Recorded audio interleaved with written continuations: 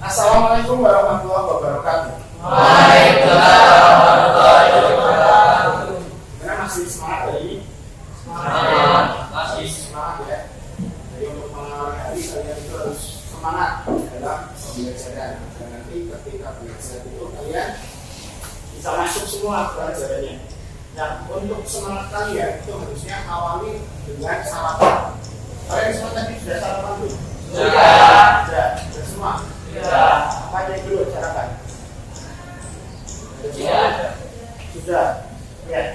Untuk sarapan itu adalah modal utama kita untuk mengawali hari ya. Kita bisa semangat menjalani hari aktivitas.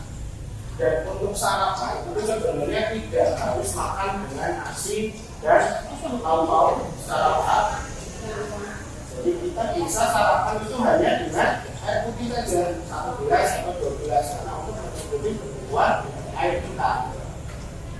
Jadi kalau nutrisi dalam makanan seperti kemarin yang sudah kita bahas, ada protein, ada karbohidrat, ada lemak, itu kan jadi sumber untuk energi kita. Ya. Nah, ada hal lain yang bisa untuk sumber energi sebenarnya untuk kebutuhan aktivitas kita ya, itu adalah air. Jadi kalau kita kekurangan air biasanya kita akan lemas, ya nggak? Kalau kalian nggak minum seharian pasti lemas. Tapi kalau harus makan untuk energi kalian, tapi biasanya itu dalam tubuh itu kita punya cadangan energi berupa apa kemarin lemak. Oke. Jadi itu ya, kita harus mengawali hari dengan sarapan minimal 1 gelas atau 2 gelas air putih untuk mengawali hari. Jadi kalian waktu sarapan tadi itu kan kegiatan makan, ya nggak? Kegiatan makan di pagi hari. Kalian makan kan ya cuma pagi hari itu.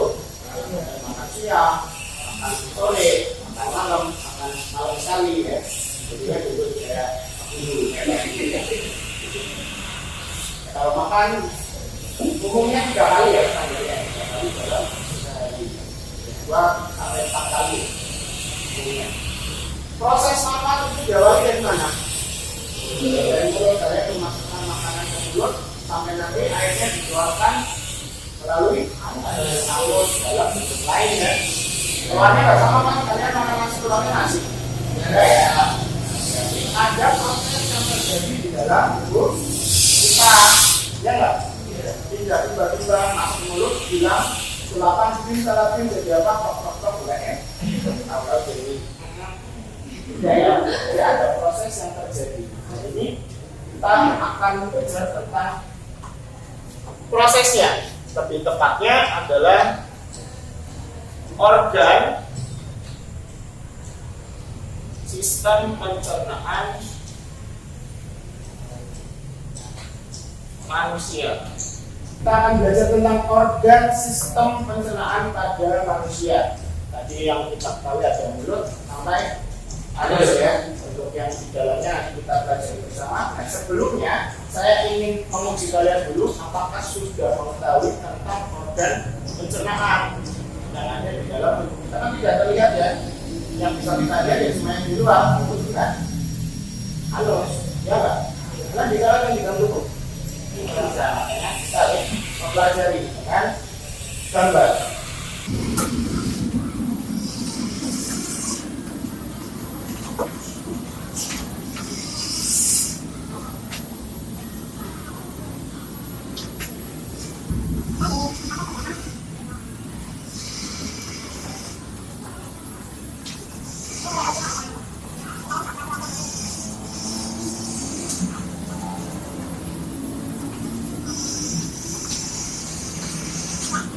Ya, saya jelaskan dulu di situ ada lembar kerja peserta didik ya. Nanti kalian isi dengan nama, kelas, kemudian hari dan tanggal sekarang ya. Di situ sudah ada tujuannya, jadi untuk memahami organ sistem pencernaan pada manusia dan fungsinya. Dan ada alat barangnya nanti yang kita gunakan ya, tentu saja alat tulis, kemudian buku paket IPA kelas 8 dari Kemdikbud sama slide PowerPoint yang nanti akan saya kirimkan melalui HP ya. Nanti bisa kalian buka dalam HP. Nah, kegiatan pertama kalian untuk hari ini itu menuliskan kali ini. Jadi kalian bisa buka halaman selanjutnya. Ya, di situ ada gambar organ manusia ya. Ada nomor 1 sampai nomor 11. Itu bisa kalian isi dulu sepengetahuan kalian saja. Kosong pun tidak masalah, yang kalian tahu saja kalian isi di waktu 5 menit. Kemudian untuk yang kedua nanti diisi setelah kita melakukan kegiatan selanjutnya. Jadi untuk kegiatan kali ini hanya apa saja yang gambar organ ya. Oke, silakan diisi.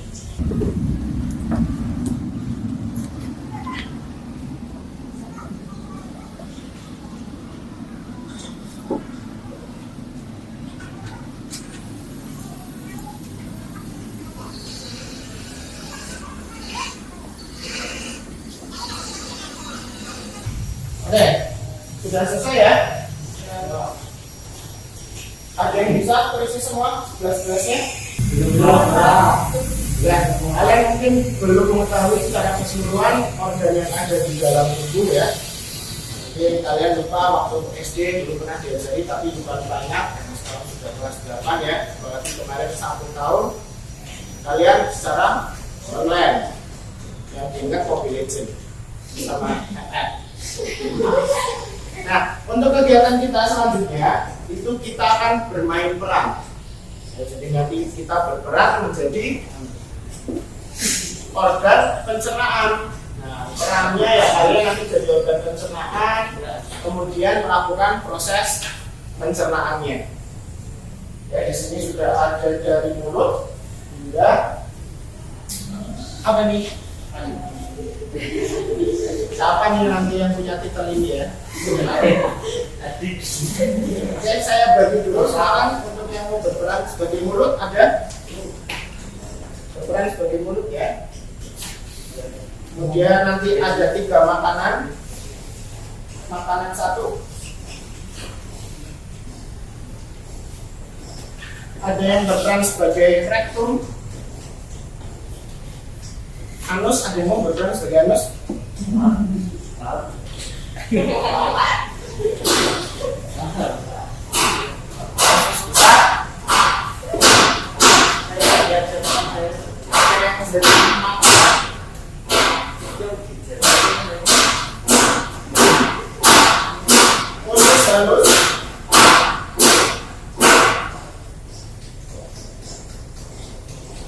Lambung dan kerongkongan.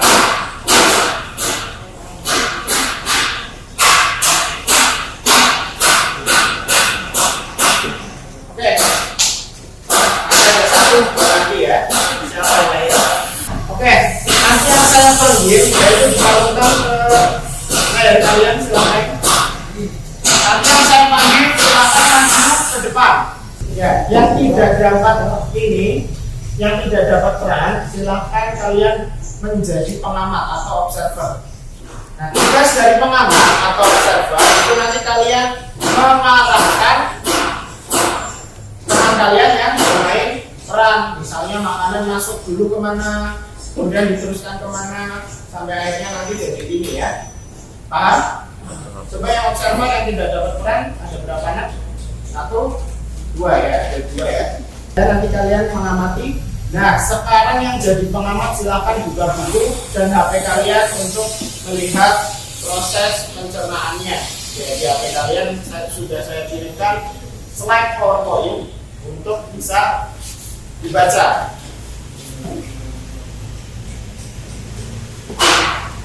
Oke, untuk pengamat, organ utama yang digunakan dalam proses pencernaan itu apa? Mulut. Yang makanan 1, 2, 3 silakan menempatkan diri dulu di depan. Ada makanan 1, ada makanan 2, dan ada makanan 3. Dan mulut silakan bisa menempatkan diri agak ke sana sedikit ya. Mulutnya ada di depan sini, Mbak. Ini. Oke.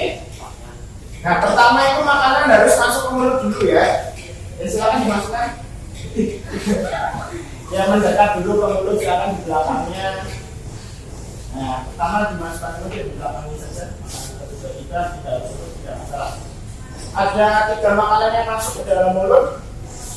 Nah,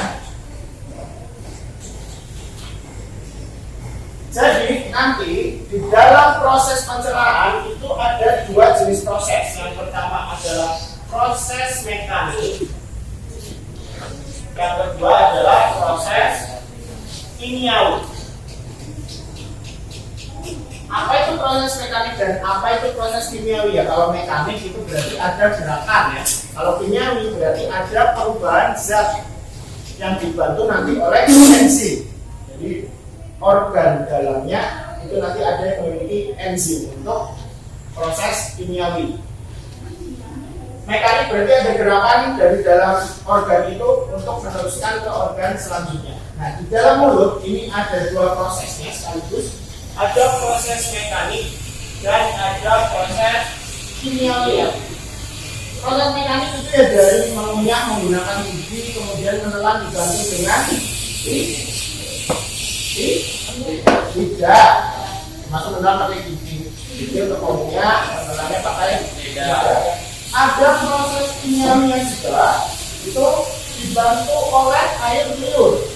Air liur nanti diproses atau dibentuk oleh yang namanya kelenjar lidah. Jadi misalkan diproses, digigit-gigit, bisa ada itu sedikit. Organ kedua apa pengamat? Ya, setelah mulut maka akan diteruskan ke kerongkongan. Silakan yang berperan menjadi kerongkongan bisa maju ke depan. Ini agak geser ke sana sedikit lagi di sampingnya ya, agak sini mas. Ya. Ini akan terjadi proses mekanik itu yang diteruskan dari mulut ke kerongkongan. Silakan digeser teman-temannya untuk masuk di kerongkongan. Silakan geser. Tadi di mulut proses kimianya itu menggunakan enzim maltase, kemudian kepialin dan amilase. Jadi pengubahan karbohidrat menjadi glukosa. Nah, di kerongkongan tidak terjadi proses kimiawi, hanya mekanik saja yang nanti diteruskan menuju apa mas? Pengamat? Lambung. Silakan lambung maju ke depan. Mas lambung. Ya, di kerongkongan hanya terjadi proses mekanik saja maka akan diteruskan. Silakan diteruskan namanya didorong-dorong, silakan ke lambung ya. Di lambung juga terjadi dua proses, mekanik dan kimiawi. Mekaniknya diremas-remas. Jadi kalau tadi di mulut itu dihancurkan ya. Misal kalian makan nasi, nasinya dihancurkan jadi lembut, masuk ke kerongkongan. Di lambung dia digiles lagi. Jadi diremas-remas oleh lambung. Setelah diremas-remas lebih halus lagi. Ada proses kimia juga yang terjadi. Nanti ada dua enzim. Itu ada peksin dan renin. Kemudian nanti ada tambahan asam klorida atau HCl. Peksin dan renin. Jadi untuk peksin nanti pengubahan protein yang masuk ke dalam tubuh itu diubah menjadi asam amino. Sedangkan untuk renin itu pengubahan protein menjadi kasein. Nah, jadi ada perubahan secara kimiawinya. Setelah lambung masuk ke mana? Usus halus. Silakan pemeran usus halus bisa masuk ke depan. Ini bisa geser sedikit mulut dan kerongkongan dan lambung. Cari makanannya geser di belakang lambung dulu ya. Oke. Karena ada proses kimiawi maka lambung harus bekerja ya. Silakan ada proses kimiawi ditulis cari makanan dan satu sisa makanan. Ini ditulis di tengah.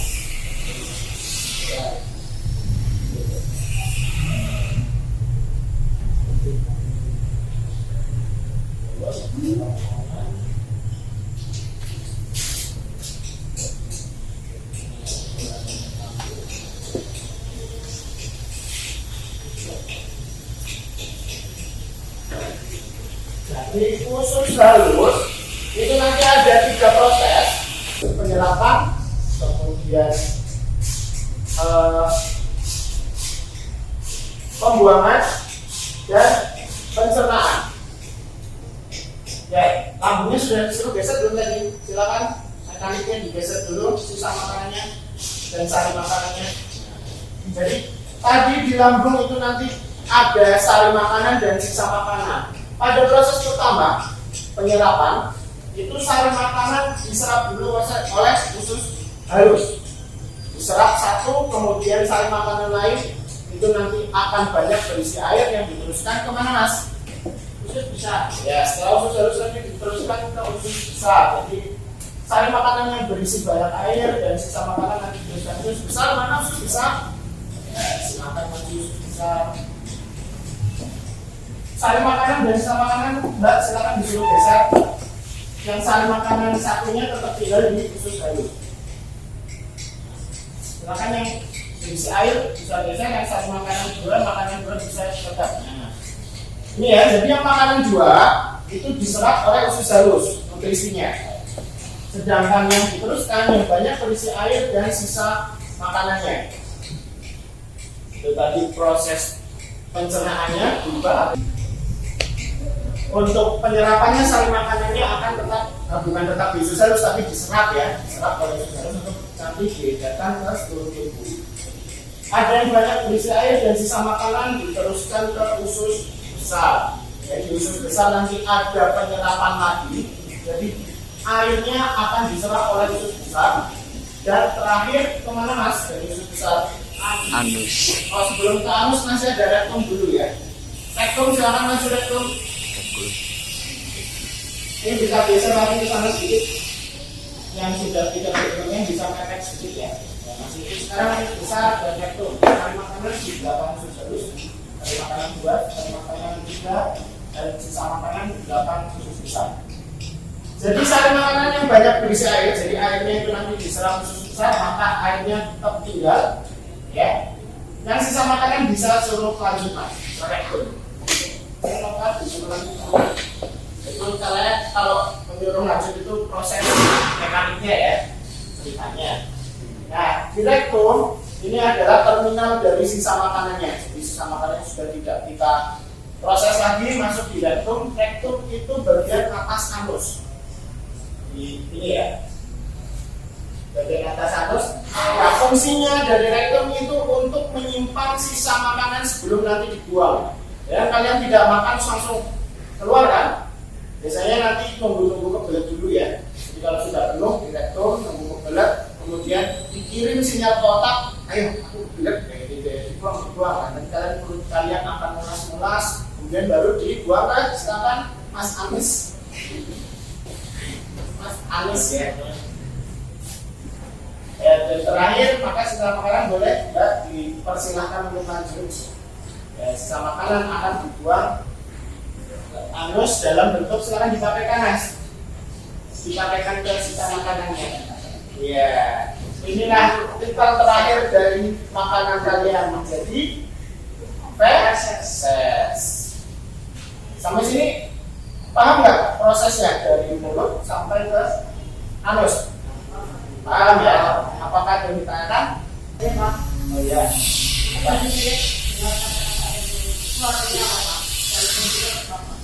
Oke, ada pertanyaan bagus dari Mas Rafli ya. Jadi, tadi saya menjelaskan tentang enzim. Jadi sebenarnya enzim itu apa? Fungsinya itu untuk apa? Jadi di beberapa sistem organ sistem pencernaan itu ada enzim yang membantu proses kimiawi. Jadi apa sih fungsi enzim atau apa istilah enzim dulu? Jadi enzim dan langsung fungsinya saja ya. Enzim itu adalah zat dalam tubuh yang nanti akan membantu dalam proses pencernaan secara kimiawi, mengubah senyawa yang lebih kompleks menjadi senyawa yang lebih simpel atau sederhana. Contohnya tadi karbohidrat. Karbohidrat itu senyawanya kompleks, diubah jadi yang lebih sederhana, jadi glukosa. Glukosa itu lebih sederhana daripada karbohidrat. Paham? Jadi dengan adanya senyawa yang lebih sederhana maka akan lebih mudah diserap oleh itu ya. Oke, silakan pemeran bisa kembali ke tempatnya. Itu prosesnya dicopot. Oke, bisa dicopot tahunya.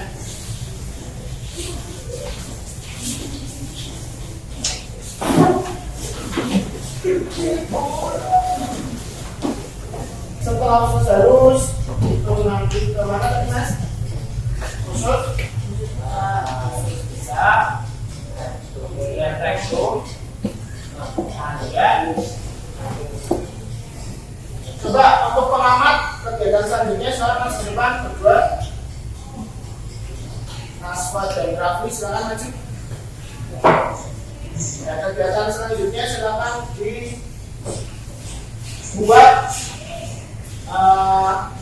garis apa namanya tunjuk ya, tanah, garis tanah dari mulut sampai anus. Ini yang bagian kiri Naswa, bagian kanan Rafli.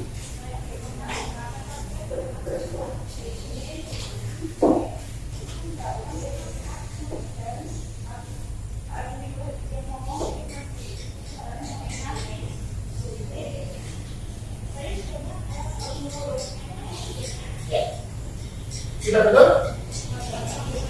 Betul ya, bisa tulis dulu ya. Dari mulut, diteruskan ke kerongkongan, diteruskan ke lambung, diteruskan ke usus halus, kemudian terus usus besar itu hingga anus. Ini ada berapa organnya? 1, 2, 3, 4, 5, 6, 7. Sementara di lembar kerja kalian ada berapa? Oh iya, 11. Berarti masih ada 4 lagi. Apa 4 organ itu? Hati ya, kemudian kelenjar ludah, kemudian apa lagi? Kantong empedu, dan satu lagi pankreas. Jadi ada organ tambahan di dalam sistem pencernaan ya. Ada hati,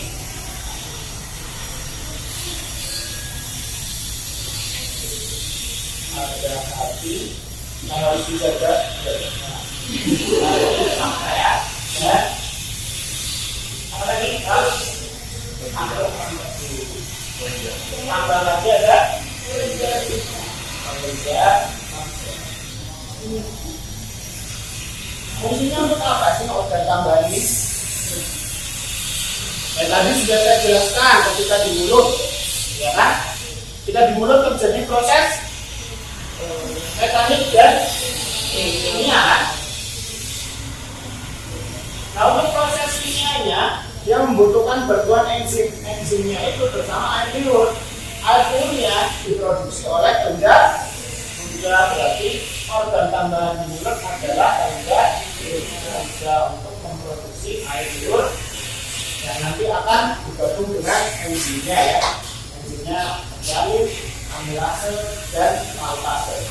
Itu kebanyakannya mengubah karbohidrat menjadi glukosa. Kalau hati, pankreas dan empedu itu adalah organ tambahan pada usus halus untuk pencernaannya. Hati, pankreas, dan empedu.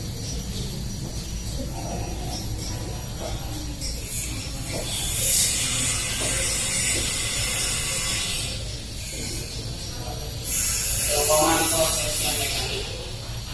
Sambung tadi ada mekanik dan kimia ya.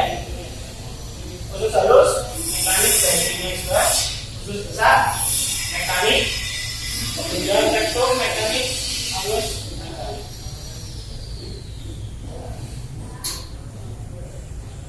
Sampai sana dia menanyakan. Jika tidak ada Pak Guru yang bertanya. Dalam usus halus itu ada organ tambahan juga hati, empedu dan pankreas, dan ada proses kimianya. Berarti kita menemukan enzim ya di dalamnya ya. Itu bantuan hati, pankreas dan kantong empedu. Nah, pertanyaan Pak Guru, enzim apa saja yang ada di dalam usus halus atau yang dikeluarkan hati, empedu dan pankreas? Kemudian nanti membantu pencernaan dalam usus halus. Itu kalian silakan nanti cari di rumah untuk tugas mandiri kalian ya. Jadi enzim yang ada di usus halus dengan bantuan hati, pankreas dan empedu. Silakan dicari di rumah. Nah, untuk kegiatan kita selanjutnya bisa kalian lihat di tabel Di bawah organ pencernaannya bisa kalian isi. Tadi kan sudah ada permainan peran organnya, fungsinya, dan prosesnya. Silakan kalian isi.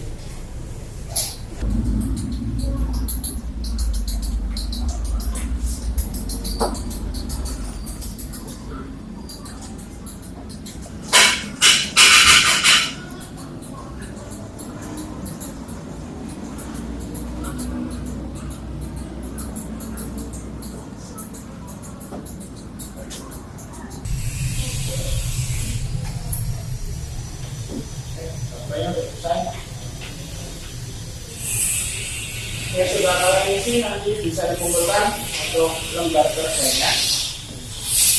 Kemudian selanjutnya saya juga punya pertanyaan tambahan. Tadi kalau misalnya organ pencernaan kita itu ada gangguan, misalnya gigi kita berlubang, apa yang terjadi? Sakit. Ya sakit. Ya, kalau gigi kita berlubang ya sakit ya tentu ya. Cenut, susah tidur ya, lebih sakit putus cinta apa sakit gigi? Lebih sakit di hati daripada sakit hati ini gitu ya. Jadi kebalik ya, artinya lebih baik sakit hati daripada sakit gigi ini gitu ya. Ya, seneng sakit gigi loh. Gigi sakit. Tapi jarang kalau orang sakit hati terus bunuh diri. Kalau sakit hati bisa ya. Livernya pernah kan masuk ya? Sakit hati liver. Ya. Jadi kalau gigi kita berlubang sakit, kita bisa makan nggak? Bisa. Ya tetap bisa ya. Bisa. Tapi aman punya dan yang lain ya. Kan? Tapi kan makanannya tidak seperti makanan yang biasa. Bahkan biasanya kalau kita sakit gigi, rasa dari makanan itu juga jadi kurang ya. Kita makan ayam nggak bisa, makan mie ayam nggak bisa, makan nasi ayam nggak bisa.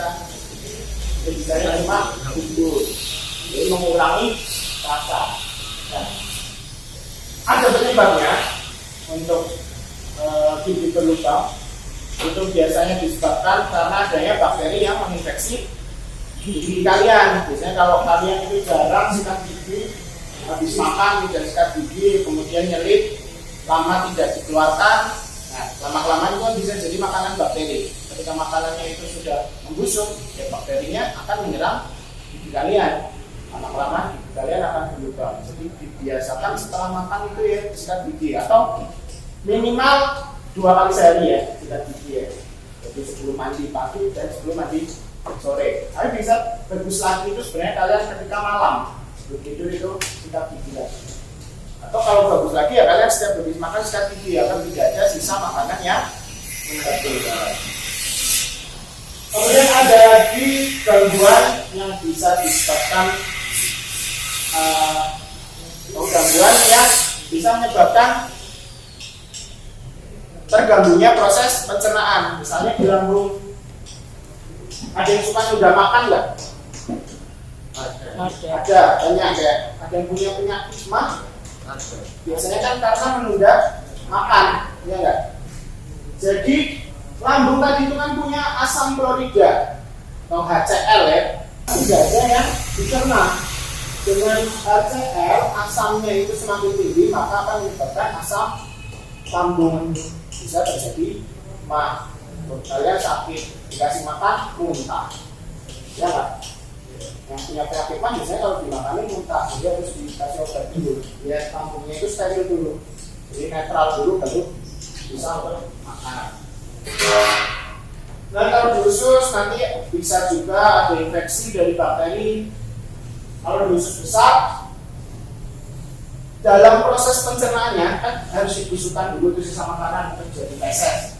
Pembusukannya itu dibantu dengan bakteri yang namanya Escherichia coli. Biasanya E. coli itu Escherichia coli. Jadi yang bakteri yang membantu pembusukan makanan. Itu juga bisa menyebabkan gangguan ya. Kalau E. coli-nya terlalu banyak di dalam tubuh kalian, di dalam usus besar, itu bisa menyebabkan diare. Karena ya adanya infeksi ya, otomatis ya ada banyak bakteri, pembusukannya semakin banyak, Atau hal lain karena adanya gangguan penyerapan airnya. Kalau penyerapan air di dalam usus besar itu terlalu banyak, jadi airnya terlalu banyak diserap, maka kalian akan susah untuk BAB, namanya semit. Ya nggak? Kalian harus dikasih obat untuk pengencer feses. Atau sebaliknya, kalau penyerapan airnya itu terlalu sedikit, maka nanti akan terjadi pengenceran di feses, menyebabkan kalian diare. Kalau diare kalian biasanya fesesnya bencer kan daripada yang biasa. Ya. Selanjutnya nanti di rektum atau di anus, kalian sering mengejar tahu ya, mengejar ketika kentut atau ketika BAB itu bisa menyebabkan saluran darahnya itu membesar. Kalau membesar kemudian bisa menyebabkan otot-otot yang ada di dalam anus kalian itu juga ikut membesar. Jadinya kalian akan kena basir atau ambeien. Itu beberapa kelainan atau gangguan yang ada di sistem pencernaan. Sampai sini paham? Atau ada pertanyaan? Tidak, kalau tidak kita akhiri dengan mengerjakan soal ya. Jadi ini untuk evaluasi diri. Silakan dikerjakan. Saya beri waktu sampai jam ini selesai ya.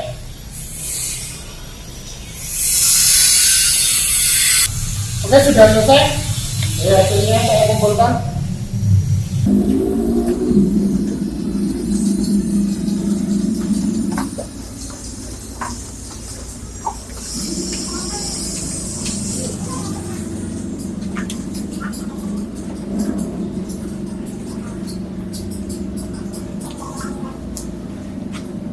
Jadi setelah semua yang sudah kita lalui ya sama-sama, setelah kalian melakukan evaluasi tadi, intinya dari pelajaran hari ini kita mengenal keseluruhan dari sistem organ pencernaan dengan prosesnya dan beberapa gangguan yang dialami oleh organ pencernaan. Selanjutnya untuk kegiatan mandiri tadi itu kalian mencari enzim yang ada di usus halus dengan fungsinya. Kemudian kita besok akan melanjutkan materi dalam materi uji makanan. Misalnya nasi apakah benar mengandung karbohidrat, apakah tempe memang benar mengandung protein. Untuk kegiatan kita besok akan dilanjutkan dalam uji makanan ya. Sekian untuk kegiatan hari ini. Bila ada kekurangan saya mohon maaf. Wabillahi taufiq wal hidayah. Assalamualaikum warahmatullahi wabarakatuh. Waalaikumsalam.